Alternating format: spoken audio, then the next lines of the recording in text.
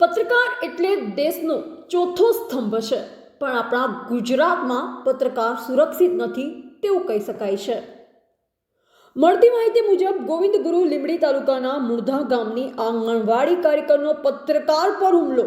લોક ફરિયાદ ન્યૂઝના પત્રકાર ઉપર આતંકી કાર્યકર મનીષાબેન શૈલેષભાઈ બાબોનો હુમલો કરતા વિડીયો લેતા પત્રકારનો ફોન ઝૂંટવી પોતાના કાળા કામો છુપાવવાનો પ્રયાસ કરતા હદ વટાવી આંગણવાડીમાં પોતાની અને પોતાના ઘરવાળા શૈલેષ બાબોના બલબૂતા પર આ કેન્દ્ર ચલાવતી કાર્યકર મનીષાબેન શૈલેષભાઈ ભાભોર ગેરકાયદેસર આંગણવાડી ચલાવે છે અને જાગૃત પત્રકારે તેનો ભ્રષ્ટાચારને ઉજાગર કરતા પત્રકાર પર હુમલો કરવામાં આવ્યો.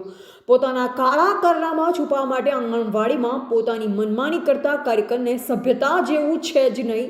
તેઓ પોતાની ગુંડાગર્દી કરી પોતાના બલબૂતા પર આ કેન્દ્ર ચલાવતી આ મનીષા શૈલેષ ભાભોર જે ગામમાં રહેતી પણ નથી અને બારોબાર બાળકોના હકનું સગે વગે કરતી હોય છે, જેનો ભ્રષ્ટાચારને બહાર ખુલ્લો મૂકતા આ કાર્યકર બેને ગેરવર્તણૂક કરતી જોવા મળી.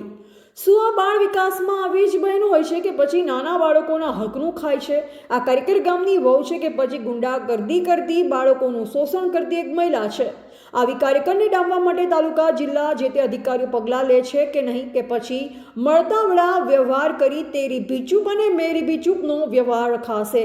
આવી ગુંડાગર્દી ભર્યા વર્તનવાળી કાર્યકર કેટલી યોગ્ય? હવે અધિકારીઓ અને ડામવા કયા પગલાં લેશે તે હવે જોવું રહ્યું છે.